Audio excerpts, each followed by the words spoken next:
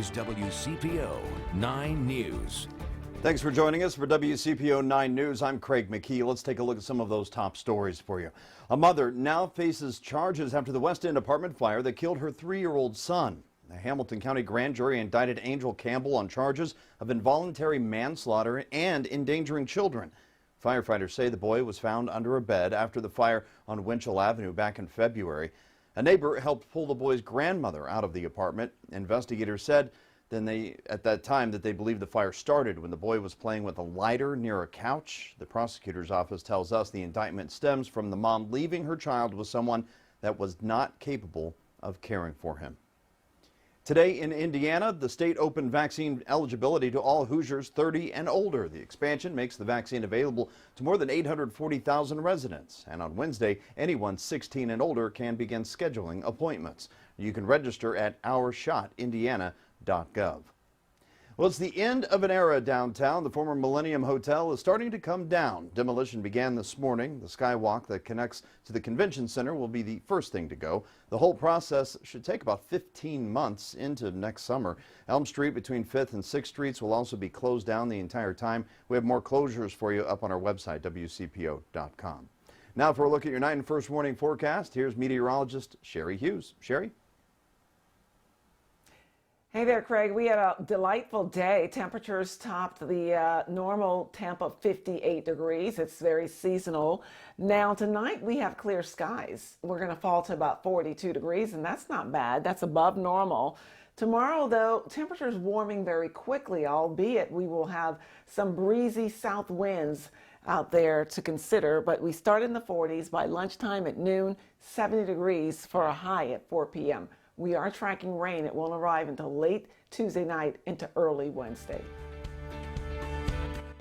I'm Marielle Carbone in Newport, where Kentucky State Police are investigating an officer-involved shooting. Now, the Covington Police Chief tells us that his department got a call about a man with a gun around 6:20 p.m. It found a vehicle matching the description of the suspect's vehicle, and that led to a traffic stop here in Newport near Isabella Street and Chestnut Way. Now, shots were fired by both the suspect and an officer. Both were hit and taken to UC Hospital. The conditions of both are unknown at this time, and it's unclear how many shots were fired or who actually initiated the first shot. Now, Kentucky State Police are handling this investigation because an officer fired his weapon. Reporting in Newport, I'm Marielle Carbone, WCPO 9 News. I'm Larry Seward. Today, Ohio is giving vaccine to people as young as 16 years old. Vaccine for teens as young as 16 comes with a catch. Pfizer is the only one authorized to give the youngest, meaning anyone over 18 wanting the same brand could struggle finding appointments. To date, the Ohio Department of Health has not sent Springdale a single Pfizer dose, but that's all UC Health is getting next week. And a spokesperson there told us, we will only schedule 16 and 17-year-olds to receive the Pfizer vaccine. It's been the only brand shipped to Claremont County for several weeks. While doses are open to anyone eligible through the ArmorVax app, their 2,340 appointments go fast. It's kind of a stressful situation. In Cincinnati, waiting hurt 75-year-old Darlene Jackson. Initially, it was not a big priority because I was hearing warp speed, that kind of stuff. And I don't, if it's something this serious that you're going to be injecting internally, I'm not wanting anything that's warp speed. When I decided that it was okay to get a shot, I thought it was going to be a breeze. Wanting no part of drive-thrus or mass vaccination clinics and only longing for Pfizer because of its high efficacy, Jackson struggled. It says no appointments available, no COVID vaccines. So I go back and check regularly, nothing. Then I tried Kroger's, same thing. I was given some choices. A couple you gave me, with Council on Aging. Do you know, when I explained to them what I was going through, he got on that site, was able to get farther than me to find out what days were available and what times. I never could get to that. Ohio's provider portal gives names and numbers, but to find one with vaccine and openings, schedulers say timing is crucial. Claremont County opens appointments through this ArmorVax app every Thursday at noon. Over in Clifton, UC Health opens appointments the same day at 8 a.m. Like other clinics, they're both first come, first served. Larry Seward, WCPO 9 News.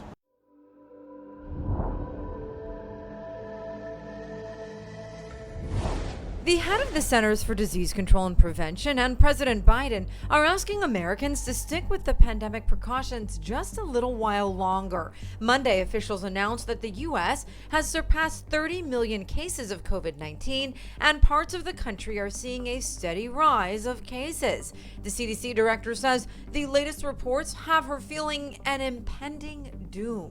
We are working closely with the states. I will be speaking with the governors tomorrow to try and reinforce the need for these for current restrictions to not open up. I think what we do with masking will really depend on where we are 40 days from now. According to the CDC, about 143 million vaccine doses have been administered in the United States. This case is not about all police. This case is about Mr. Derek Chauvin. That Derek Chauvin did exactly what he had been trained to do over the course of his 19-year career. The trial for former Minneapolis police officer Derek Chauvin began today. Chauvin is charged with second-degree unintentional murder, third-degree murder, and second-degree manslaughter in the death of George Floyd last May. Chauvin has pleaded not guilty. On Monday, the U.S. military honored the American service members who lost their lives during the conflict in Vietnam. The ceremony recognized National Vietnam War Veterans Day. On March 29, 1973, the last American ground troops left the country, ending U.S. involvement in the conflict. More than 58,000 Americans died in the war. Over 1,200 Americans are still unaccounted for. Monday's events commemorating the day were largely held online due to the pandemic.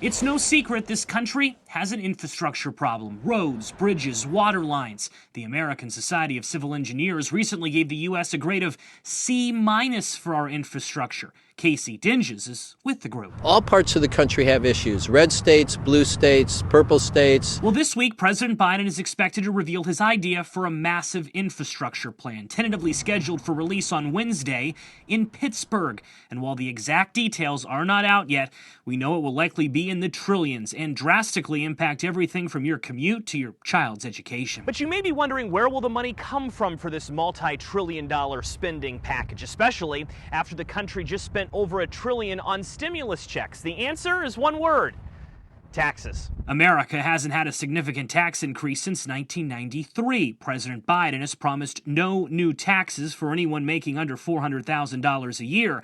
White House officials have said couples earning at least a combined income of $400,000 could see an increased rate, though.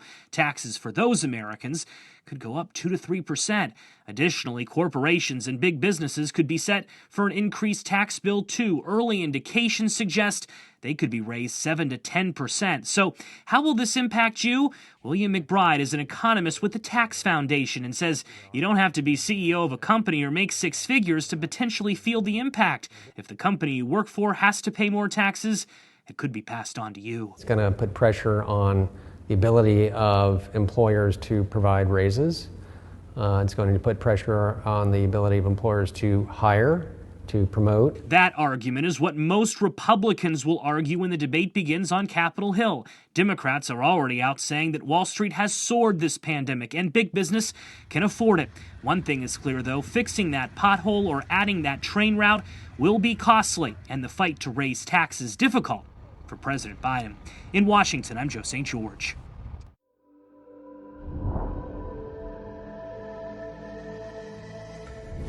Many independent venues across the country had to close during the COVID crisis. Now there's economic relief available to help reopen their doors.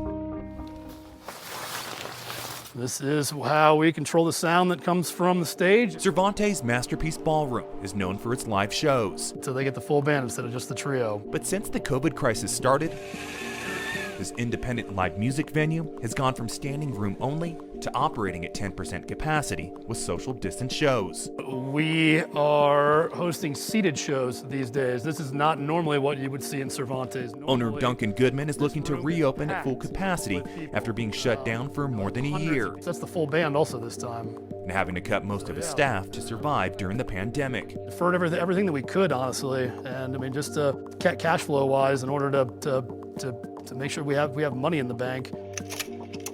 Goodman is part of the National Independent Venue Association, a group with a mission to secure funding for venues like Cervantes. They fought for us, fought for independent venues until the bill was finally passed. That bill, known as the Shuttered Venue Operators Grant, was recently signed into law as part of the second COVID-19 relief bill. It allocates $16 billion in federal emergency relief through the Small Business Administration to venues that have been hit hard. Those are the industries that we're here to support. They've been devastated by revenue loss, and that's exactly what this program hopes to help them restore and open up.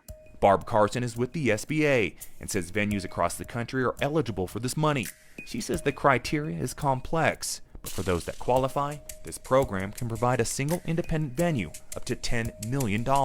I wish it were easy to join a federal program, but it's not, and it's for good cause. We need to have a program that's fair to ensure that people who are not eligible don't get the funds, because it's going to go fast. For Duncan, this program is a lifeline. Float Like a Buffalo is going to be pretty dead. Helping his business get back to standing room only. This grant is instrumental in helping this industry to survive and saving a lot of these independent venues, including Cervantes.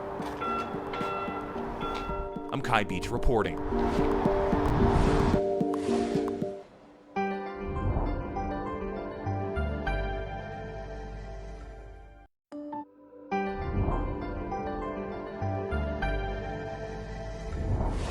Americans owe almost $2 trillion in student debt. But the latest stimulus bill included some provisions that can clear a path for student loan forgiveness. I graduated with about $132,000 in student debt. $132,000 in debt. It's a crushing number, but it's how much Jashira Maduro owed when she got her diploma. It's December when the grace period was done. It was like, all right, here's your bill. And it was so large. It was, over $1,000. It was like $1,300. And I can't get an apartment, like the first job coming out of graduation was definitely not going to cover that. The majority of Jashira's loans were private, but she still had $30,000 in federal debt. The weight of those loans and payments can be overwhelming for some. But there's a glimmer of hope coming. The primary benefit of this latest piece of legislation is that any form of student loan forgiveness coming down the pike, at least from the federal government, would be considered tax-free. This is Andrew Pentis, an advisor with Student Loan Hero. He's talking about a piece of the latest COVID stimulus bill, the American Recovery Act. Right now, there are a few ways to have federal student loans forgiven. Years spent working in public service, working as a teacher in some states, or if you enroll in an income-driven repayment plan, can all have your student loans disappear. Almost. You do have to pay the taxes on the amount forgiven. A borrower with a $50,000 income who would receive $10,000 worth of forgiveness would have had to pay $2,200 in taxes. That number can get quite a bit higher with larger amounts of debt forgiven. Today, that number would be a lot different. If you qualify for a student loan discharge, whether because you're a teacher or because you're on an income-driven repayment plan, or perhaps even because the Biden administration or Congress passes a major forgiveness proposal, you won't have to worry about treating that as income tax and therefore increasing your income tax bill. And that's a big deal, especially to people like Jashira. Even with relief and forgiveness, if it didn't have this tax, kind of this extra tax benefit now, they would be hit with another burden and maybe have to take a loan just to pay off the taxes. And then you're just kind of in this vicious cycle. And the Biden administration has already forgiven $1 billion in loans for 73,000 borrowers who were defrauded by their institutions. None of them will pay taxes on that money. Borrowers like Jashira aren't overly hopeful for full forgiveness from their debt from Washington, but if any comes, they won't have to pay the tax man back a dime. I'm Bo Evans reporting.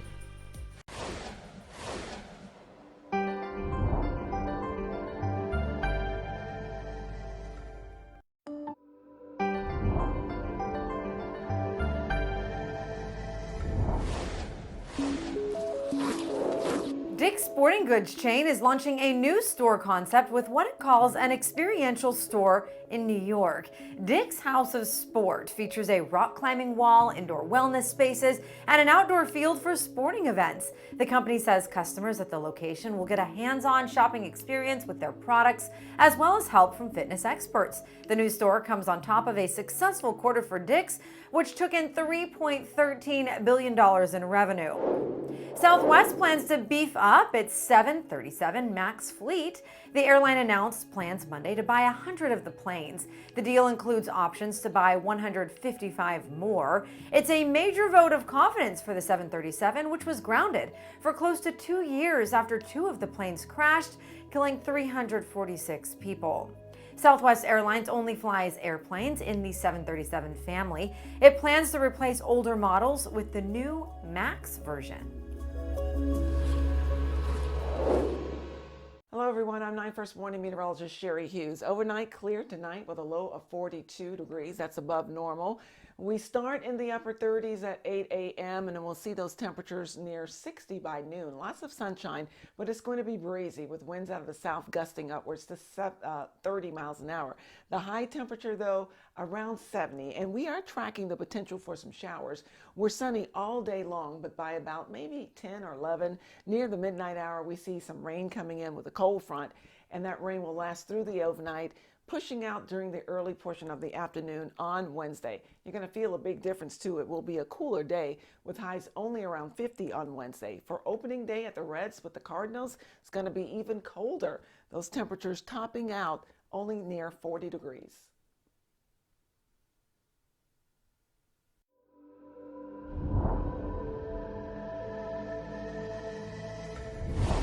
Many people who emigrate to this country do so dreaming of a better life. And then there are the dreamers, children who came to this country without legal permission and who remain undocumented. The House of Representatives recently passed a new Dreamers bill that could finally clear up their immigration status. While dreamers have hope for this bill, it faces a tough road in the Senate.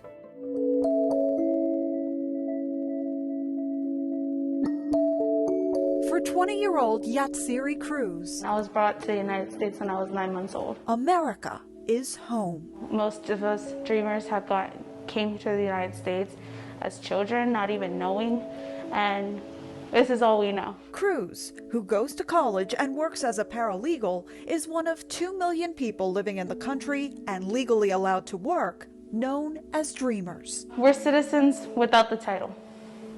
We're citizens without the title.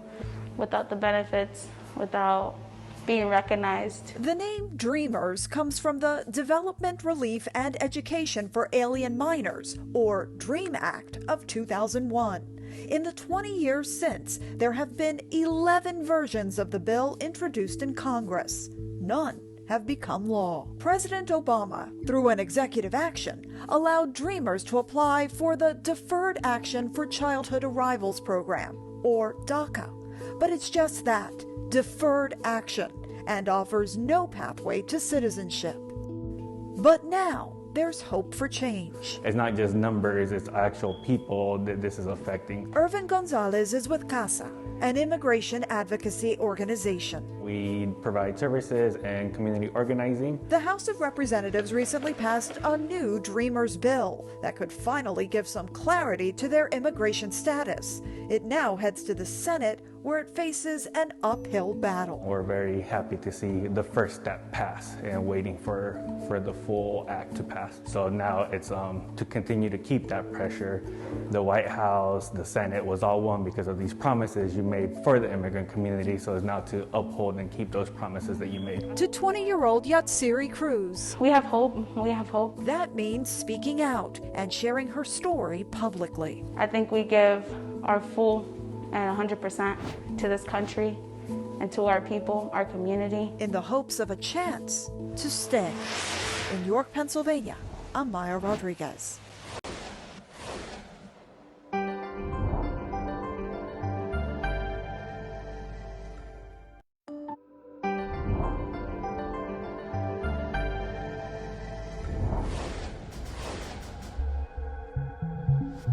When it comes to the COVID-19 vaccines, there's hesitancy among the Spanish-speaking population. A recent Kaiser Family Foundation poll found more than half of Latino and Hispanic adults are in no rush to get the vaccine. We have the mission to communicate to our people. Some experts believe this has to do with understanding the information that's out there. Hispanic Latino communities may listen better or will trust a scientist, a professional, a physician, or myself that have been working in this area, and that also is a Latino. 6 Spanish-speaking staff members from the College of Public Health at the University of South Florida are hosting conversations over Zoom and Facebook Live completely in Spanish. Everyone is invited to listen in and learn more about getting vaccinated. We want to really emphasize both their safety and efficacy, and sort of alleviate some of those tensions and fears that people are experiencing. One of their conversations is posted to Facebook. Just visit the USF College of Public Health page to watch.